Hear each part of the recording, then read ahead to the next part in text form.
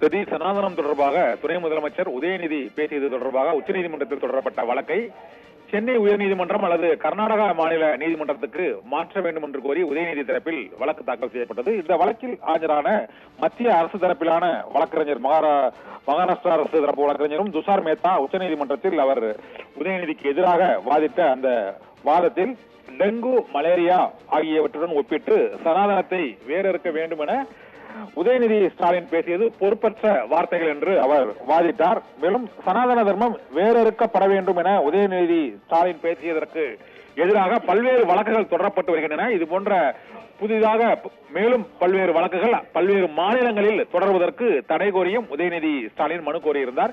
இது உதயநிதி ஸ்டாலின் தாக்கல் செய்த அந்த மனு மீதான விசாரணை ஏப்ரல் மாதத்திற்கு ஒத்திவைக்கப்பட்டிருக்கிறது. ஆனால் 2 உத்தரவுகள் அந்த உதயநிதி ஸ்டாலினுக்கு சாதகமாக ஒரு உத்தரவும், மற்றொரு உத்தரவு உதயநிதி ஸ்டாலினுக்கு எதிரான அந்த வாதமும் எடுத்துக் கொள்ளப்பட்டிருக்கிறது.